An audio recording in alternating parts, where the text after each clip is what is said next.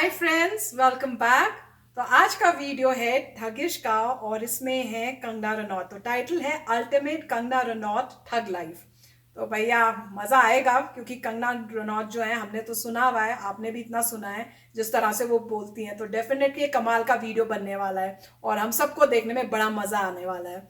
पर वीडियो देखने से पहले यस फ्रेंड्स, अगर आप चैनल पर नए हो और आपने अभी तक सब्सक्राइब नहीं किया है तो जल्दी से पहले आप सब्सक्राइब कर लो और जो बेल आइकन है उसके साथ घंटी उसको भी क्लिक कर लो ताकि आपको हमारे सारे न्यू वीडियोस के नोटिफिकेशन मिलते जाएं।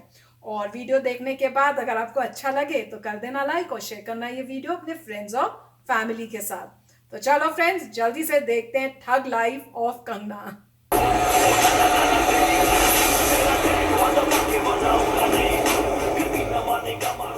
तो कंगना रनौत सुन के आपके दिमाग में पहली चीज क्या आती है?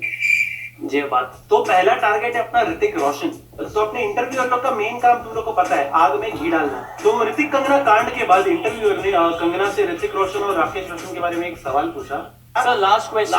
My last question to Kangna is, Kangna, you have always stood for what's right. And recently Rakesh Roshan said that even when someone is spreading lies about him, sir, this is not the place no, for that. but I want to know, why can't Indian men stand up for themselves? A 43-year-old son, why his father has to come for his rescue always? No, for how long father? They will keep hiding behind their influential big names father. Why daddies have to always save their sons? I don't understand. Show में मेरे सर्दी है, show पे मेरे गर्दी है, चंदों पैसे आ जाए तो सो से सर पे चढ़ती है, लड़कियां भी मरती है। So this does not end here. इसके बाद कंगना एक रीबॉक के इवेंट में गई थी जिधर उन्होंने ऋतिक का नाम तो नहीं लिया लेकिन इनडायरेक्टली उनकी बिना कहे ले ली। Understand for them, and today it still hurts when they write this the most ugliest scandal or the most ugliest fight, because for me it's not. So I think I just wanted to share that. Thank you. Who inspires me? I think the idea of love. You just go on, and like I said, I'm born with a lot of fire in my belly, and I don't want to pretend that I don't want the world. I am this sacrificing woman. I just want love. No, I want everything, and I want to do better than my lover. I want to outdo my father. I want to make more money than my husband. And if that scares you and make you run away, then you.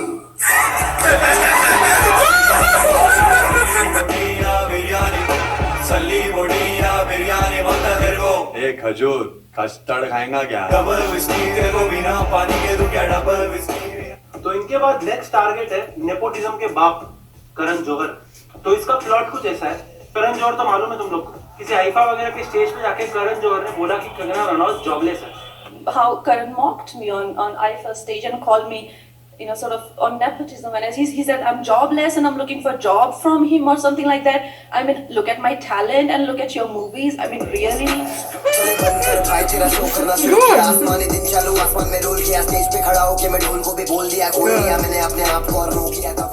तो next है अपने रणबीर कपूर। अब रणबीर कपूर का क्या हुआ? रणबीर कपूर गए थे एक इंटरव्यू में। वहां पर इंटरव्यूअर ने रणबीर कपूर को पॉलिटिक्स के बारे में एक सवाल पूछा कि तुम्हारा पॉलिटिकल पार्टी के बारे में क्या ख्याल है? तो रणबीर भाई ने बोला हम लोग को क्या, हमारे घर पे तो लाइट और पानी आता है भाई। I think with Anupama there was Ranveer or Alia or somebody like that जो कहते हैं कि हम पॉलिटिक्स के बारे में क्यों बोले, हमने क्या किया, हमने कुछ नहीं। So ऐसे नहीं चलता. You have to be responsible.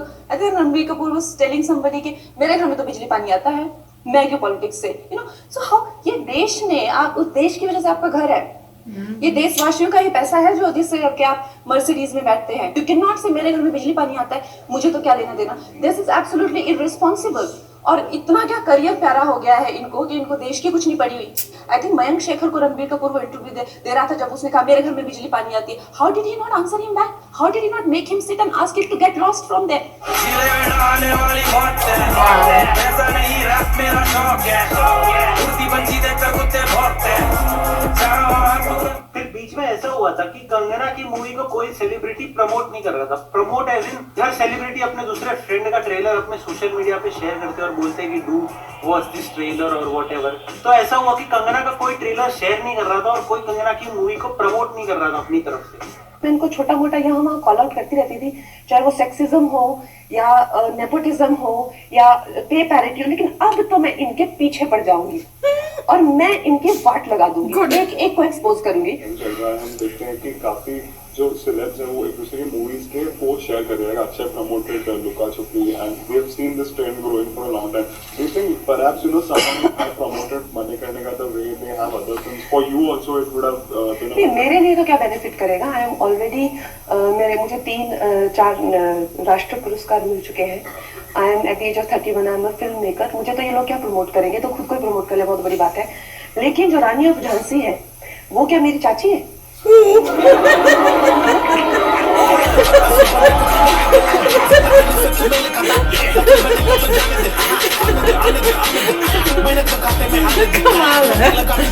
Very good. तो नेक्स्ट है जो भी रिसेंट बवाल चल रहा है कंगना वर्सेस मीडिया का। तो सीन ऐसा हुआ, तो कंगना गई थी अपनी फिल्म जजमेंटल है क्या का प्रमोशन करने एक प्रेस कॉन्फ्रेंस में, तो उधर कंगना को मिल गया एक ओल्ड फ्रेंड। हमसे बात करो, मैं समझ गया। देखिए भाई साहब आप प्लीज सुनिए। सब सॉरी बोलते हैं आपको, आप प्लीज आराम से सुनिए, there are 2 ways of doing this. एक तो हम बहुत ही ज्यादा एक जिसे कहते हैं संस्कारी प्रेस कॉन्फ्रेंस करें जिसमें मैं सूती साड़ी पहन के आऊं और आपको महोदय और भाई कह के एड्रेस करूं, ठीक है? या तो ठीक है ठीक है। कंगना जी हाय, कंगना जी आपके ठीक सामने कुछ संस्कारी बातें कर लेते हैं। संस्कारी? इस कॉस्ट्यूम में संस्कारी बातें नहीं हो सकती भाई। ओके कंगना जी कुछ चल बंद कर सीधा साउंड कम कर तेरी ट्रक चलती है तो अपना चलता डंपर बोल बच्चन शांत बत्ती जल छोटे कम कर कॉल करके देख मेरा नंबर और संपर्क।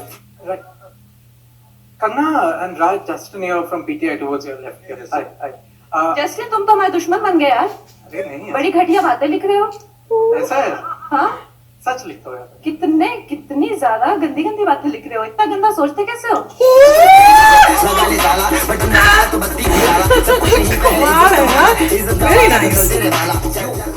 अभी जब कंगना ने बोला कि तेरी सोच गंदी है तो उसके बाद सारे मीडिया वाले हो गए ट्रिगर्ड।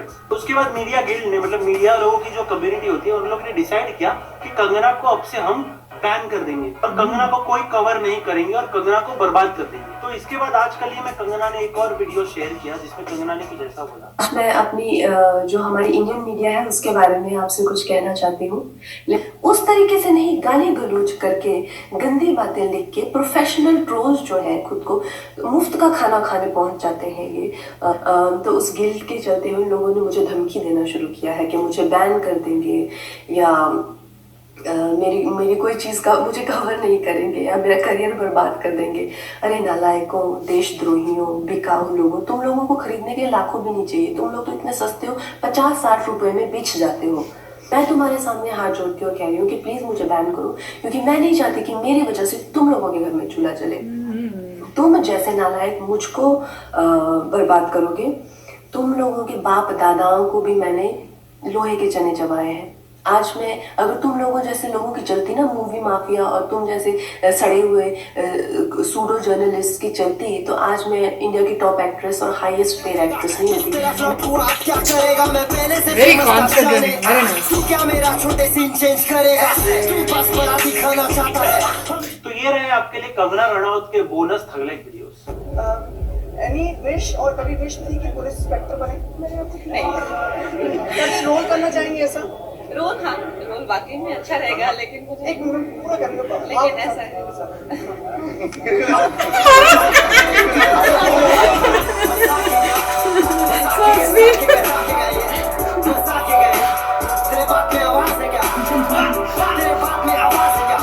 आपसे एक लास्ट क्वेश्चन है आपके हिसाब से who do you think is the real queen of Bollywood? Is Bollywood a country? That's a very lame question. अब छोड़ना ध्यान अपनी जिंदगी पे दे। अब छोड़ना कितनी है झंड सी ये दे। अब छोड़ना खिलाड़ी हमें खेल के मैदान। अब छोड़ना हम ध्यान ना कमेंटरी पे दे। अब छोड़ना फिल्म देखने के बाद करें बात।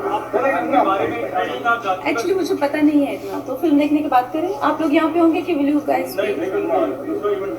अच्छा ओके तो चलिए इसके बारे में बात करते हैं। थोड़ा फ्रेम थोड़ा नीचे तक रखना। हाँ फ्रेम थोड़ा वाइड रखना।